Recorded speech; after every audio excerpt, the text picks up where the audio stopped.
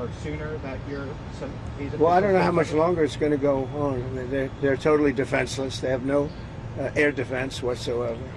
We've totally captured. You know, we've totally captured the air, Brian. Yeah, Mr. President, you've been fairly compassionate towards the Iranian people. I have been. It's human. The human beings. I know a lot of people from Iran, from New York, from Washington, mostly from New York. They're incredible people. They're smart. They're energetic. They can be difficult, but so can you. You know, no, they're great people. They're smart people. And those people are getting the hell beat out of them now.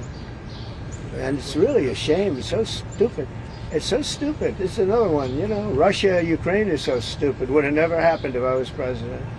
You guys agree with that, right? Would have never happened if I was president. Putin would have never done it. And I spoke to him yesterday, and I said, you know, he actually offered to help mediate. I said, do me a favor. Mediate your own. Let's mediate Russia first, okay? I said, Vladimir, let's mediate Russia first. You can worry about this later. But I think that's going to work out too, but it's so many people have been killed. The big thing with that one is far more people are dead than have been reported in the Ukraine, Russia. Many, many more people. Mr. President, falls down, they say nobody was hurt. You know, so.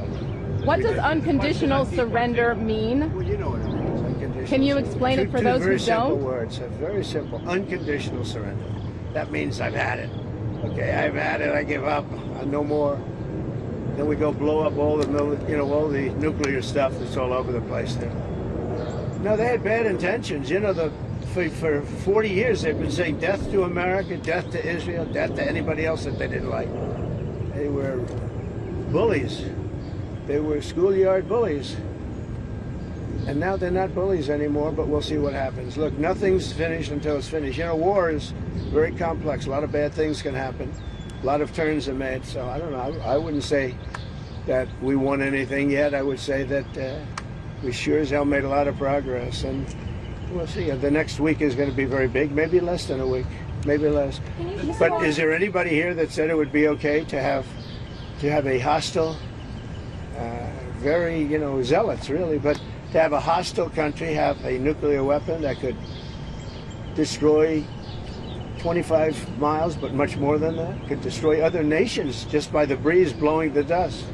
You know, that dust blows to other nations and they get decimated. This is just not a threat you can have. And we've been threatened by Iran for many years. You know, if you go back and look at my history, if you go back 15 years, I was saying we cannot let Iran get a nuclear weapon. I've been saying it for a long time. I mean it more now than I ever meant it. Yeah. Mr. President, a question on deportation.